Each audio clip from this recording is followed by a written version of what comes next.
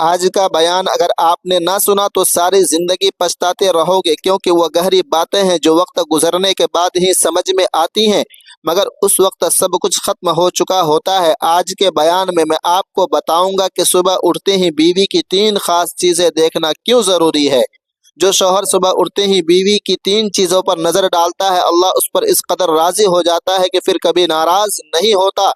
ایسے شوہر پر دن رات رحمت کی بارش اترتی ہے، رزق کے دروازے کھل جاتے ہیں اور زندگی اس طرح بدلتی ہے جیسے بند قسمت پر اچانک روشنی اتر آئی ہو۔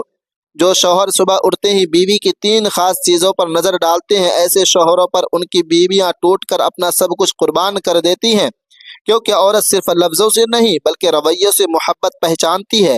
ایسے لوگوں کے ساتھ ان کی بیویاں ہمیشہ کے لیے خوش رہتی ہیں، دل سے جڑ جاتی ہیں اور زندگی کے ہر موڑ پر ساتھ نبھاتی ہیں۔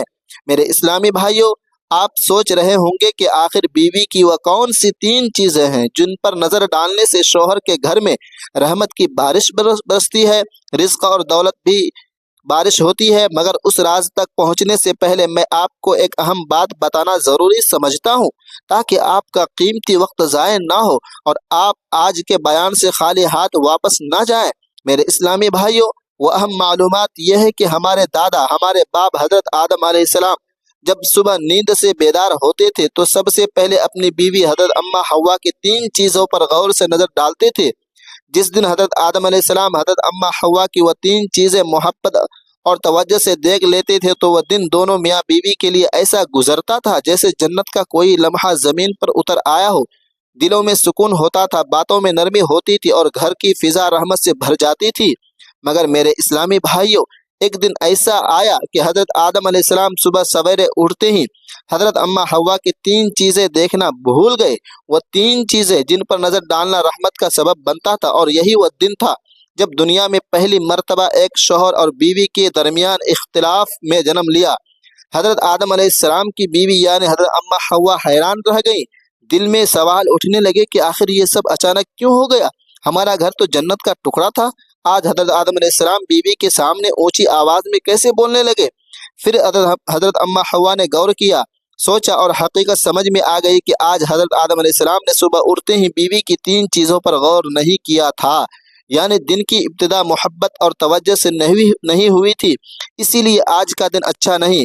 اس کے بعد حضرت اماں حوا نے نرمی سے حضرت آدم علیہ السلام کو بتایا کہ آج آپ سے غلطی ہو گئی ہے، آج وہ ایک اہم بات آپ سے چھوٹ گئی ہے، اسی وجہ سے آج کا دن بے سکونی میں گزرا۔ پھر حضرت آدم علیہ السلام نے اس بات کو دل سے سمجھ لیا اور اس کے بعد روزانہ صبح اٹھتے ہی سب سے پہلے بیوی کی 3 چیزوں پر غور کرنے لگے۔ اور میرے اسلامی بھائیوں، جب بھی حضرت آدم اپنی بیوی کی 3 چیزوں پر غور کرتے تھے تو پھر پورا دن ان کے گھر میں رحمت کی بارش برستی تھی۔ وقت گزرتا گیا، حضرت اماں حوا کا بھی انتقال ہو گیا اور حضرت آدم علیہ السلام کا بھی انتقال ہو گیا، مگر وقت پھر بھی نہ رک سکا، کیونکہ وقت کسی کا انتظار نہیں کرتا اور نہ ہی کسی کے لیے ٹھہرتا ہے۔ اس واقعے کو ہزاروں سال گزر گئے، صدیاں بیت گئی، مگر انسان کی آزمائش ختم نہ ہوئی۔ ہزاروں سال بعد ایک دن حضرت مولانا رومی کے پاس ایک شخص آیا، اور میں آپ کو بتاتا چلوں کہ حضرت مولانا رومی ایک بہت بڑے عالی اور باکمال شخصیت تھے۔ ایسی کتابیں لکھی کہ آج بھی دلوں کو ہلا دیتی ہیں، روحوں کو جگا دیتی ہیں اور انسان کو خود سے آشنا کر دیتی ہیں۔ خیر، وہ شخص حضرت مولانا رومی کے پاس آیا، اس کے چہرے پر پریشانیوں کے گہرے آثار تھے، آنکھوں میں بے بسی تھی، آواز میں ٹوٹ پھوٹ تھی۔ وہ کہنے لگا، حضرت، آج میں صبح اٹھتے ہی خودکشی کرنے کے لیے ایک کنویں کے بالکل قریب پہنچ گیا تھا۔ دل چاہ رہا تھا کہ اس دنیا سے جان چھڑا لوں، کنویں میں گر جاؤں اور کسی کو خبر بھی نہ ہو، مگر اچانک میرے دل میں آپ کا خیال آ گیا۔ میں نے سوچا پہلے جا کر حضرت مولانا رومی کے پاس اپنا دکھڑا سنا دوں، اس کے بعد جو مشورہ دیں گے وہی کروں گا۔ حضرت مولانا رومی نے اس شخص کی رودات سنی، پھر نرمی سے فرمایا، اے دکھی انسان، یہ تو بتا کہ آخر تیرا مسئلہ کیا ہے؟ وہ شخص روتے ہوئے بولا، حضرت، بہت سے گناہ گار لوگ مرنے کے بعد جہنم میں جاتے ہیں، مگر میں ایک ایسا گناہ گار ہوں جو جیتے جی جہنم کے انبار جل رہا ہوں۔ حضرت مولانا رومی نے فرمایا، وہ کیسے؟ اس شخص نے کہا، حضرت،